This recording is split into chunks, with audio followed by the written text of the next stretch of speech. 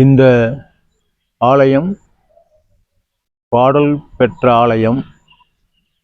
அதாவது அப்பர், சுந்தரர், சம்பந்தர் பாடிய தேவாரத்தில் இடம்பெற்ற ஆலயம்.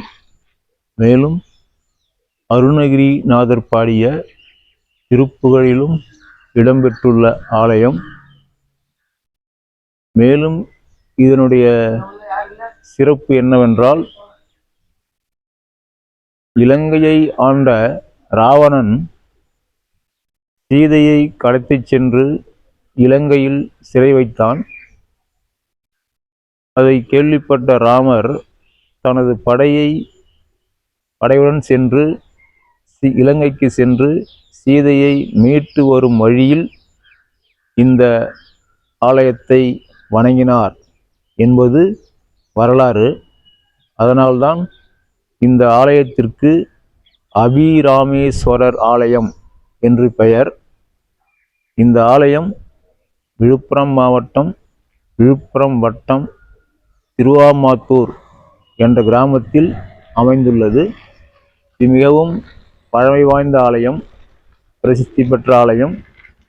வாங்க ஆலயத்துக்குள்ள போவோம்.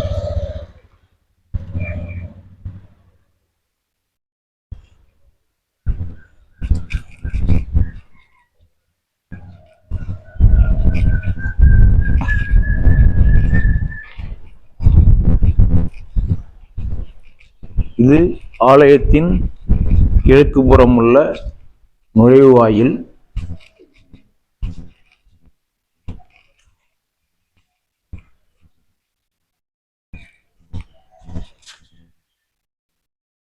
மேல கொடிமரம் தெரியுது.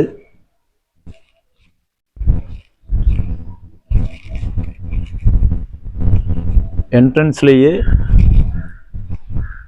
மகா நந்தி இருக்கு.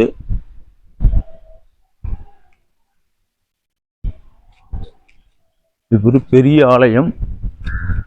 வீடியோ முழுவதும் பாருங்க, நல்ல பலனுள்ளதா இருக்கும்.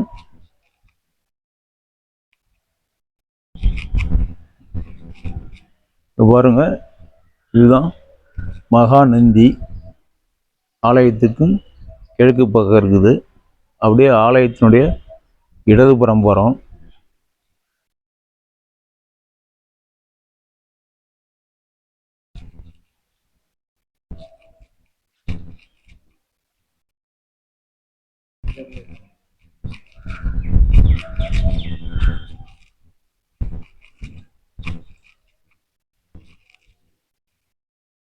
இது அலுவலகம். இங்கு தமிழக அரசின் அன்னதான திட்டம் நடைமுறையில் உள்ளது. தினமும் 100 பேருக்கு, ஏழை எளிய மக்களுக்கு அன்னதானம் வழங்குறாங்க. இங்கு பாருங்க, இதுதான் காண கிடைக்காத ஒரு அரிய காட்சி. நாயன்மார்கள் 63 பேர். அந்த 63 பேருடைய சிலை இங்க இருக்குது. பாருங்க, லைனா காமிச்சிட்டு வரேன். நாயன்மார்கள் 63 பேர். அந்த நாயன்மார்கள் 63 பேருடைய சிலை இங்க இருக்கு.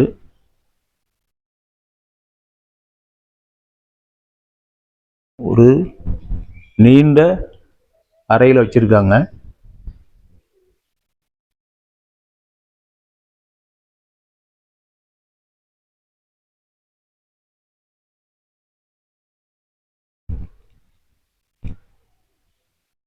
உள்ள கேட்டு போட்டு பூட்டியிருக்காங்க. வெளியில தூண்ல தாண்டி போறதா இருக்குது. எல்லாமே நாயன்மார்கள் 63 பேர். ஒவ்வொரு சிலைக்கு நேரம் மேல அந்த என்ன நாயன்மார்கள் என்ற பேரு எழுதி வச்சிருக்காங்க. இப்ப நாம பார்க்கறது காரைக்கால் அம்மையார், பெருமிழை குறும்ப நாயனார், அப்பூதியடிகள் நாயனார், திருநீல நக்க நாயனார், நம்மி நந்தியடிகள் நாயனார். அதுக்கு ஒரு நாயன்மார்களும் கீழே வைகாசி மூலம், வைகாசி பூசம் அப்படின்னு எழுதியிருக்காங்க. அதனுடைய பொருள் எனக்கு தெரியல. பாருங்க, நாயன்மார்கள் 63 பேர்.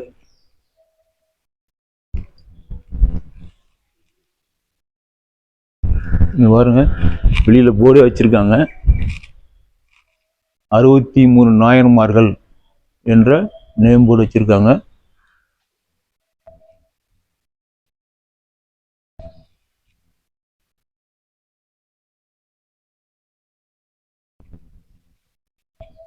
ஒவ்வொரு சிலைக்கு நேரையும் பேர் எழுதி வச்சிருக்காங்க.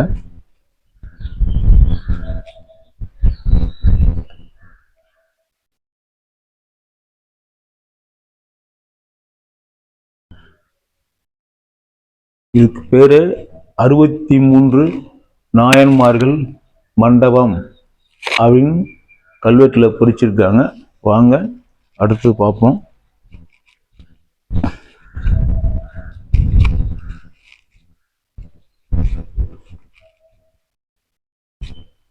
கோயிலின் மேற்கு நோக்கி போறோம். இங்க மும்மூர்த்திகள் சாமி இருக்கு.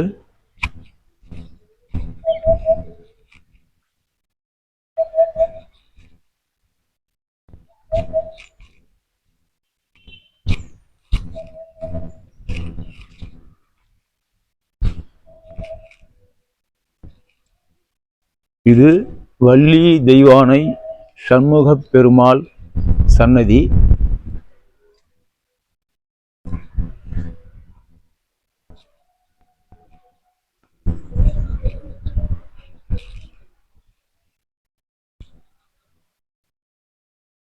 இது ஆலயத்தின் மேற்கு கோபுரம், மேற்கு வாசல், மேற்கு கோபுரம்.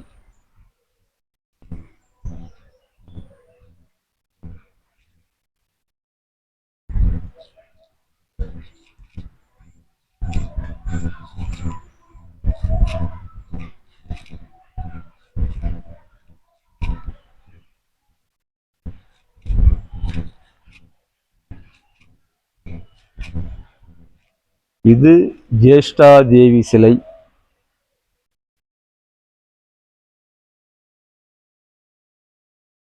இது பார்த்தீங்கன்னா காசி விஸ்வநாதர் ஆலயம்.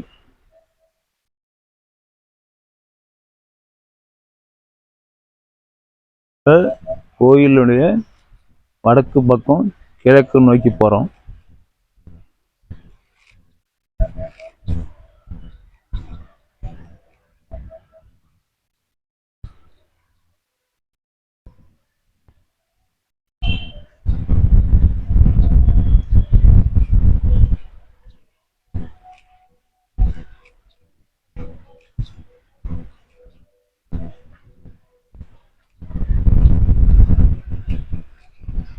இது இடப்பக்கம் 100 கால் மண்டபம், பெரிய மண்டபம், 100 கால் மண்டபம். இங்கே தான் தினமும் 100 பேருக்கு அன்னதானம் வழங்குறாங்க. ஏழை எளிய மக்களுக்கு தமிழக அரசின் அன்னதான திட்டத்தின் கீழ் இங்கு இயங்குகிறது. இது பாருங்க, 100 கால் மண்டபம்.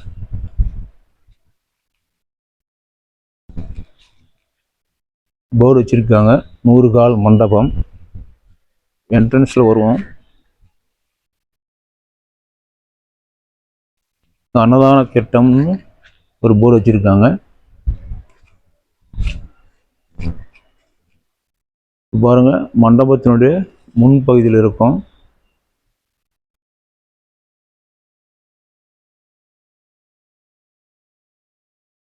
நூறுகால் மண்டபம். இது அன்னதான கூடம்.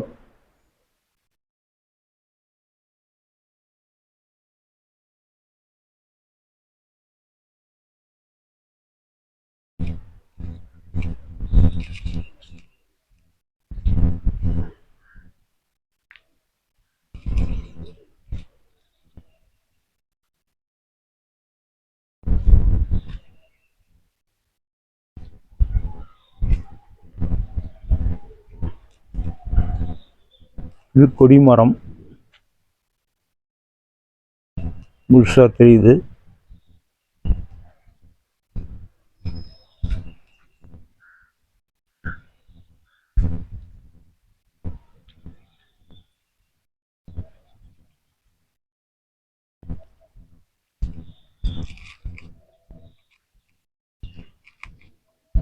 இப்போ அபிராமேஸ்வரர் உள்ள ஆலயத்துள்ள நுழையிறோம்.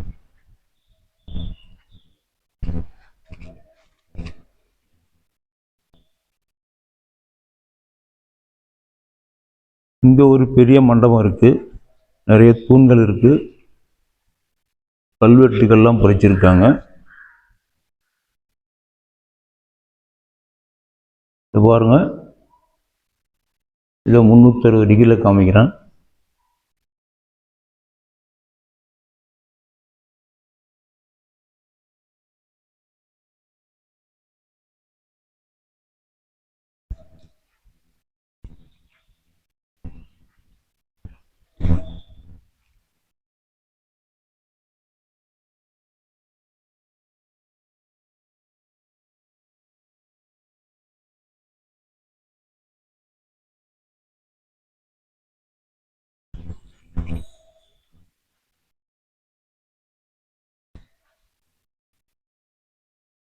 இதுதான் அருள்மிகு அபிராமேஸ்வரர் ஆலயம்.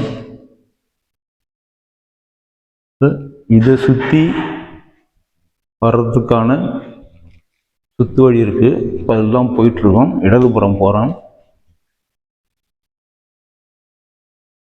இது உள்ள குகை மாதிரி மண்டபம் இருக்கு.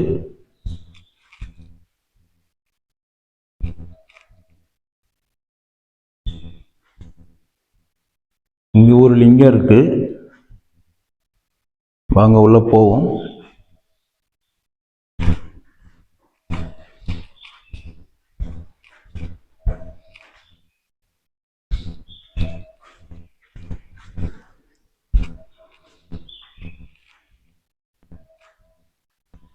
இங்க நிறைய சிலைகள் வச்சிருக்காங்க வரிசையா. இப்போ பாருங்க, எல்லாமே கல் சிலைகள், நிறைய சாமிகள் இருக்குதுங்க. அடுத்தது இது விநாயகர் சிலை. சுற்றி வரோம். முதல்ல ஒரு ரவுண்டு வந்தோம், இப்போ ரெண்டாவது அபிராமேஸ்வரர் ஆலயத்தை உள்ள சுற்றி வரோம். பாருங்க, இங்க லிங்கம் இருக்குது.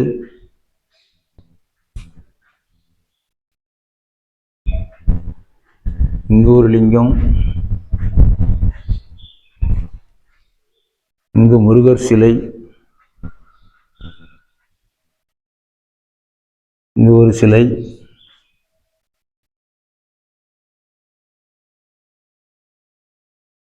இப்ப உள்ள கிழக்கு நோக்கி போயிட்டு இருக்கோம். இங்க பாருங்க, நான்முகனார் சாமி.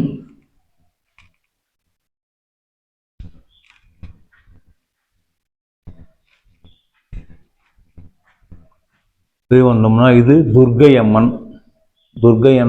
அம்மன் சாமி.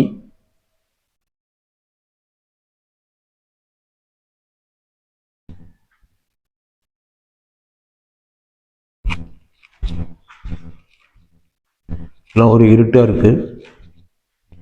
எல்லாம் பாருங்க, எல்லாம் கருங்கல்.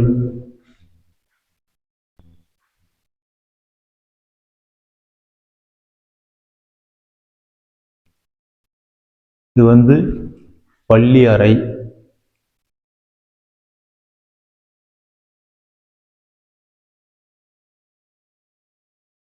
இது வந்து அருள்மிகு ஸ்ரீ பைரவர். பாருங்க, பைரவர் சாமி.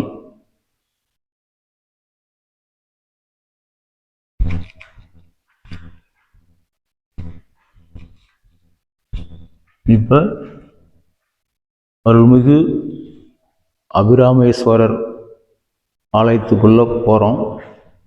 பாருங்க, படி இருக்கு.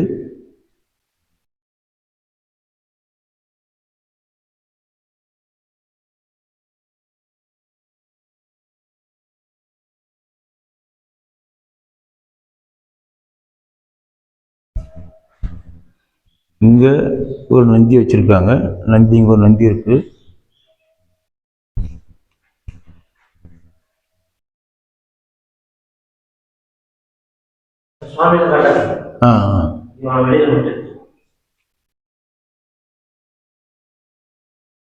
உள்ளதான் சாமி இருக்குது.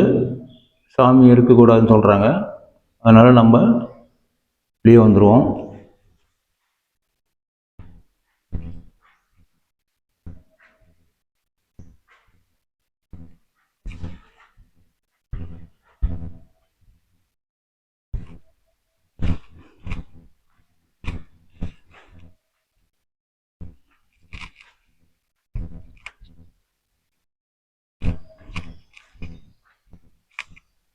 இங்கே பாருங்க, இங்கே அதிகார நந்தி துவாரபாலகர், இது துவார கணபதி.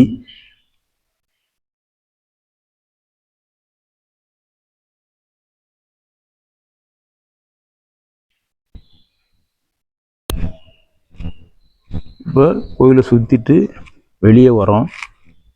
கிழக்கு பக்கம் வெளியே வரோம்.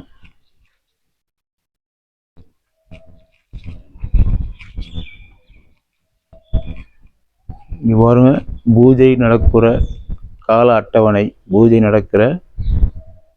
அட்டவணை.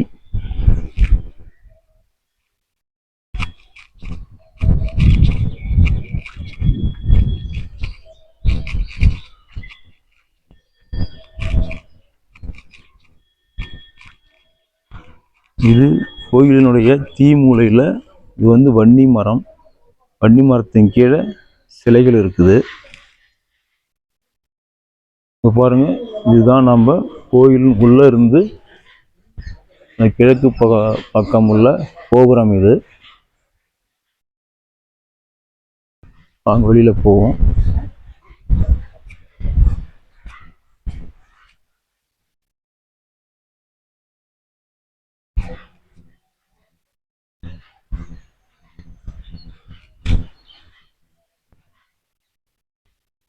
இப்போ கோயிலுடைய கிழக்கு வாசல் வழியே வெளியே நம்ம வருகிறோம்.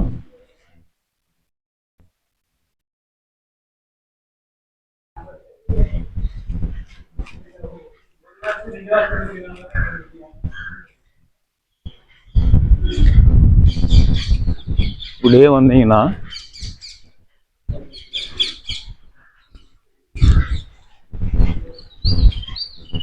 இதுதான் ஊர் தெரு. இது வீடியோவை ஸ்கிப் பண்ணாமல் பாருங்கள், முழுவதும் பாருங்கள், நல்ல பலன் கிடைக்கும். இது அபிராமேஸ்வரர் ஆலயத்துக்கு எதிர்க்க உள்ள ஸ்ரீ அருள்மிகு ஸ்ரீ முத்தாம்பிகை ஆலயம். பாருங்க, அப்படியே தெருவுக்கு இன்னாண்ட அபிராமேஸ்வரர், அதுக்கு கிழக்கு பக்கம் முத்தாம்பிகை அம்மன் ஆலயம். வாங்க இதுக்குள்ளேயும் போவோம்.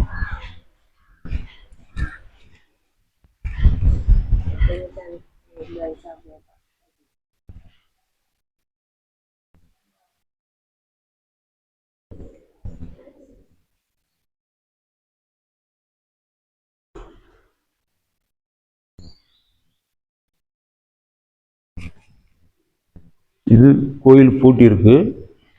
இது போர்டு பாருங்க, அருள்மிகு ஸ்ரீ முத்தாம்பிகை அம்மன் போர்டு வச்சிருக்காங்க. இது உள்ள சாமி இருக்கு. வாங்க இதையும் சுற்றி வந்துடுவோம். கோபுர தரிசனம் கோடி புண்ணியம் சொல்லுவாங்க.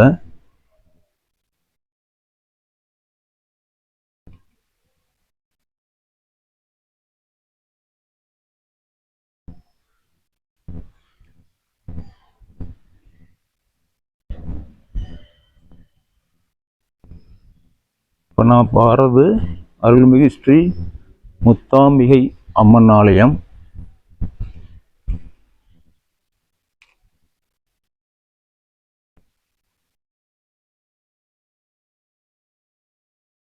பாருங்க, பழமை வாய்ந்த மயில் உருவம் வச்சிருக்காங்க. ஒரு உருவம் வச்சிருக்காங்க. இது கிளி. இதெல்லாம் வந்து காண கிடைக்காத காட்சிகள்.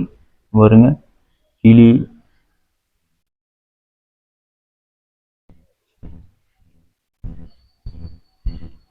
இங்க பாருங்க, பாம்பு படம் எடுத்துட்டு இருக்கு. இது ஒரு சிலை இருக்கு. அங்க அப்படியே போவோம். இங்கிருந்து பார்த்தோம்னா அதுதான் தெரியறது தான் அபிராமேஸ்வரர் ஆலயம். இந்த அபிராமேஸ்வரர் ஆலயத்தின் சிறப்பு என்னன்னா, சீதையை ராவணன் கடத்தி சென்று இலங்கையில் சிறை வைத்திருப்பான். ராமாயணத்தில் படித்திருப்போம். ராமன் தனது படையோடு சென்று சீதையை மீட்டு கொண்டு திரும்பி வரும் வழியில் இந்த ஆலயத்தை வணங்கினான் என்பது தல வரலாறு. இதைத்தான் அப்பர், சுந்தரர், சம்பந்தர் வந்து அவருடைய தேவாரத்திலையும் சொல்லியிருக்காங்க. தேவார பாடல்ல அருணகிரிநாதர் அவருடைய திருப்புகழிலையும் சொல்லியிருக்காரு. இப்போ நம்ம முத்தாம்பிகை அம்மன் ஆலயத்திலிருந்து வெளியே வரோம்.